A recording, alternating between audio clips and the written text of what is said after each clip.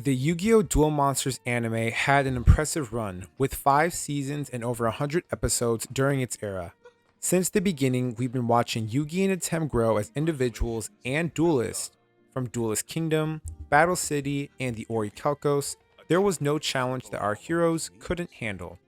Having watched these characters grow gives the finale much more tension. No longer were Yugi and Atem going to be together, but now they were enemies that needed to defeat one another so one could move on and the other could grow. In the 5-part finale of Yu-Gi-Oh! Duel Monsters, with Yugi being victorious over Atem, it settles the end of this series. Atem's spirit would be set free, and Yugi would have all the knowledge and courage to grow as an individual. Once those doors closed behind Atem, the story for Seto Kaiba, Taya, Joey, Tristan, and the other Yu-Gi-Oh! Characters that we've grown up with would come to a conclusion. With the series being extremely popular in the West and the Yu-Gi-Oh! Trading card game growing as well, the season would need a new protagonist. The question remained, who would fill these shoes?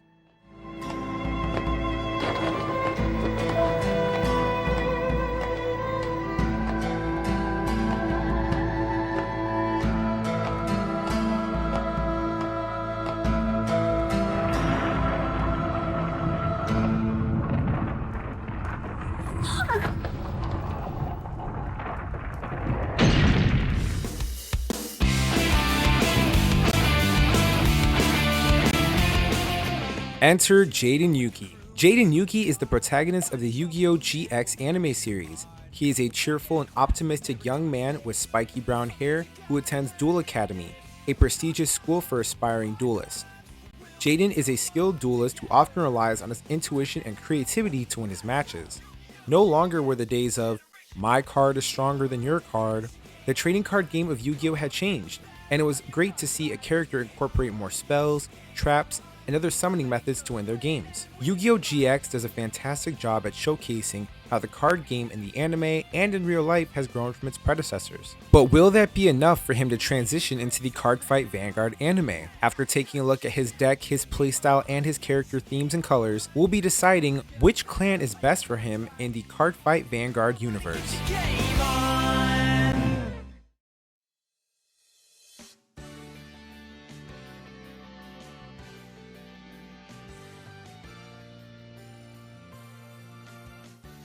Jaden Yuki's deck is actually one of my personal favorites, and that is the Elemental Heroes. The Elemental Heroes are a subcategory of heroes within the Yu-Gi-Oh! Universe that focus on using different elemental heroes to apply certain effects and combine for certain fusion cards.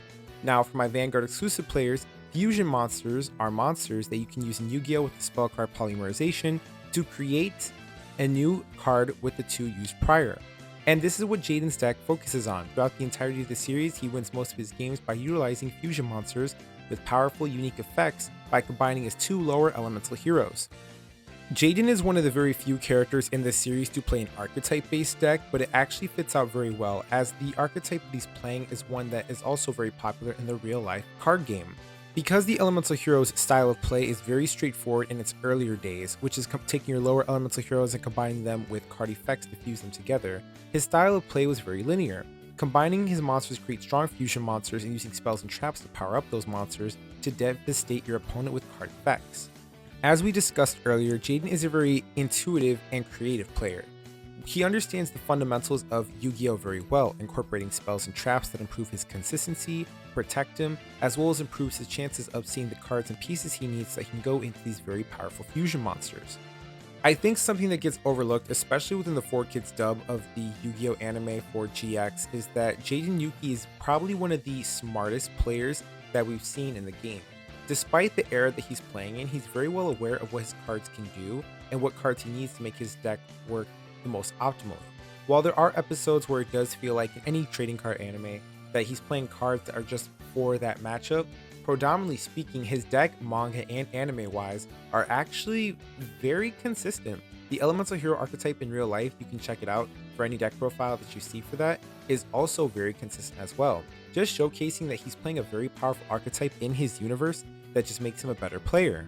Now, normally when it comes to choosing out characters for their decks, I usually like to bounce between 1 or 2 different ideas that I have.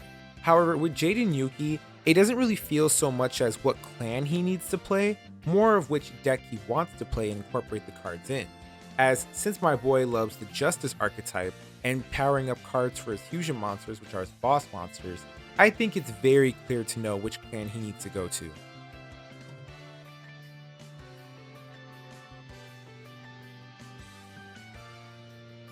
Jaden Yuki's clan might as well have already been picked out with him because of Dimension Police. Now, Dimension Police is a clan within the Cardfight Vanguard universe that specializes in super dimensional robots, alien police officers, as well as the evil villain forces that they face against. Because of the hero theme and aspect, as well as the color scheme of certain of these cards, a lot of them actually fit very well into Jaden's personality, as well as looking very similar to his boss monsters. For example, if you take Super Dimensional Robo Dayusha and put it next to Flame Wingman, while it might not be exactly close together, they do have the dragon on the arm, they've got the dynamic color palette, and they have a very unique design that makes them stand out compared to the other cards that his teammates will be playing in the future What If series. Little spoiler for you guys there, I've got plenty more of these What If videos coming out now. But yes, the Super Dimensional Robos is a great target for this. They all have a lot of Dimensional Robo copies themselves in places that they can fit for replacements of Jaden's other elemental heroes in his deck. However, if you wanted to go the more elemental hero Neos route, you could switch over to Enigmid Storm. Now, Enigmid Storm is one of the newer Vanguards that came out within the most recent V-Clan Collection volume, which features Enigmid Storm and his support for his archetype. There are monster cards you can use that look very similar to the Neospatians that Jaden used to play, and incorporate a weird hybrid of Dimensional Robos, as well as Enigmid cards or Alien cards to fit into one perfect deck for him. Now, while I do like the idea that we can create a very fun deck that incorporates both aspects of these cards, keeping in mind the fact that Jaden would be entering the Vanguard universe and his understanding of the game, I don't think he would just go for a random hybrid deck featuring his two favorite cards. With his knowledge of Yu-Gi-Oh! And the way that he plays, and towards the end of the season, seeing him play his best rounds of Yu-Gi-Oh!, I actually think that Jaden would focus on a more consistent build to make his deck work, while maintaining the aspect of Justice, dynamic Vanguards, and a really powerful strategy that involves all of his cards, which makes use of every single card that he has, which is a big aspect of his character. I truly do believe that the deck that we made for him would work out very well, and this is one that I definitely could see him playing in the future.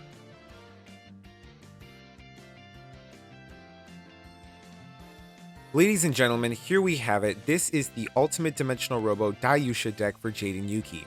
Now, like I say in all my What If deck profiles, this is not meant to be for the meta or to be competitive. These are cards or units I have chosen specifically for the character that we're discussing in today's episode of What If.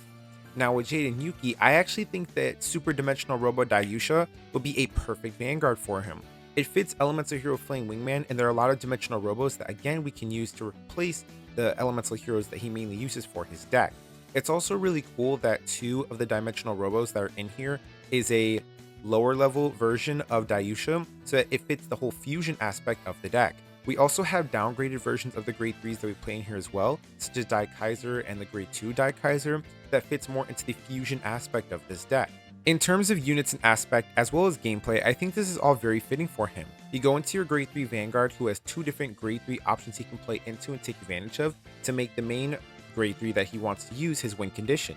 It's very similar to Jaden using fusion to be his boss monsters to win out his games, or to help him finish off with different strategies or go into different styles of play.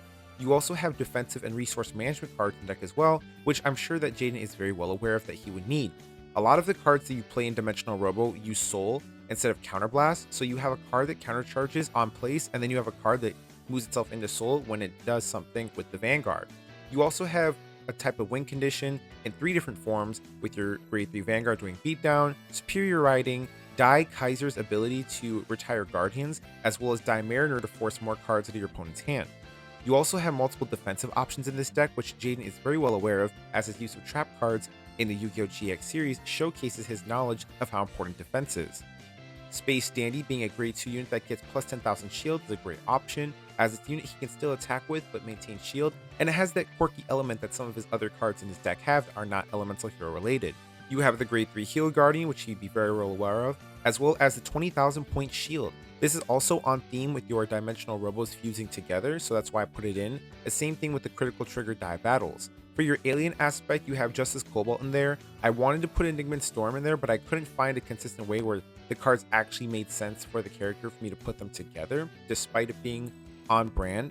But I actually think that this is a deck I could see Jaden Yuki playing if he was in the Vanguard universe. The super dimensional robos specialize in combining together into one powerful unit to create a very strong Vanguard that we revolve our deck around. This is very similar to Jaden's aspect and style of play, and I think that as far as color schemes goes and being on brand with him, it works out very well. You have your female heroes, you have your creature heroes, some quirky cards, as well as the main units that you want to combine together to create your main grade 3, which are the Daiushas. And while I love Enigma and Storm for Jaden Yuki as his alien aspect Vanguard, unfortunately there just is not enough support that exists within the format that he'd be playing in, which is V Premium, to make a deck out of that card at all. This is my final take on Jaden Yuki into the Cardfight Vanguard universe. I think it'd be very interesting to see him in another storyline for Yu-Gi-Oh! GX, or if we get the 4th season of Yu-Gi-Oh! GX dubbed. Because if you guys have not seen the 4th season, you're really missing out. You definitely got to check it out when you get the opportunity to. But with that being said, card fighters, this is the next episode of What If character was in Cardfight Vanguard, and this is featuring Jaden Yuki. I'm your host, Prime Vanguard, and I'm signing out. Peace.